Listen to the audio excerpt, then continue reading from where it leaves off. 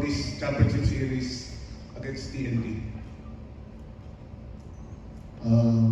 Siguro, una-una, i-take namin yan as motivation coming to the series. Of course, marami kaming lessons now, especially on sa defensive end namin against TNT. Kailangan talaga yung defense namin from start to finish consistent. So, yun yung key para sa amin para lumaki yung chance namin na makuha itong championship na ito. Gaano makakatulong yung series nyo against Rain or Shine? Especially very physically tense yung series.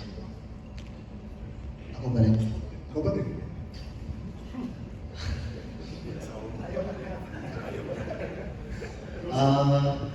Siyempre, I think malaking bagay yung series namin against Rain or Shine kasi I think it prepares us coming to this championship kasi we all know kung gaano kahirap yung series na yun against Rain or Shine, especially sa na-challenge yung defense namin, no?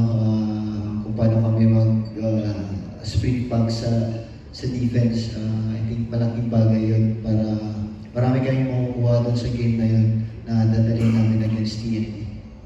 Scotty, thank you.